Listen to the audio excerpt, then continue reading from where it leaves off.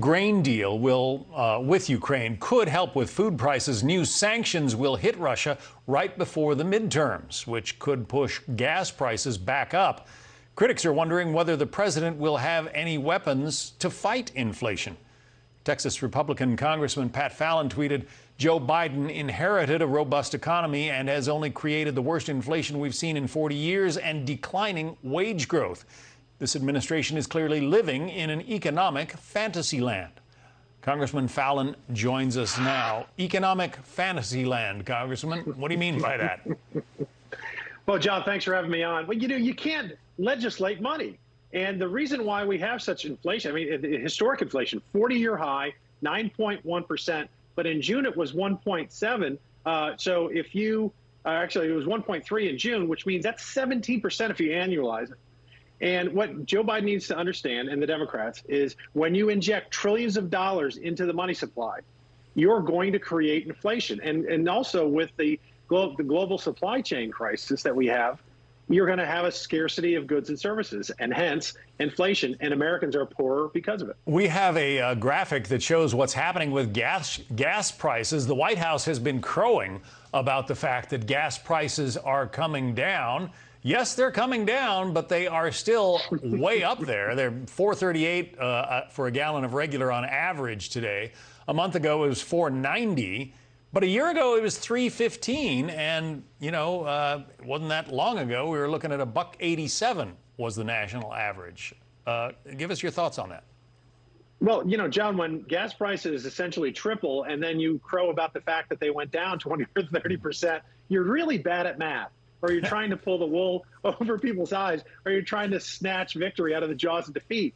The fact of the matter is that the Biden administration canceled the Keystone Pipeline the first day he was in office. In the first week in office, he put a moratorium out on drilling on federal lands and waters. And that's one of the reasons why we're seeing, and also declared war on the American energy sector. And then went and was begging a bunch of mini Putins like Venezuela and Saudi Arabia, Iran, and looking for them to drill. We should be drilling ourselves.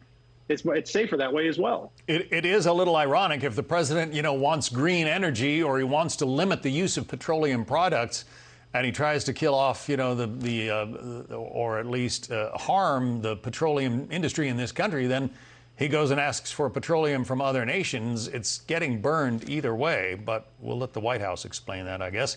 Food prices are up as well, especially chicken, and I want to put that on screen for our viewers. Anybody who's done any grocery shopping lately knows that the price of meat is up substantially. Beef is up 4% in the last year, pork 9%, and chicken almost 19%.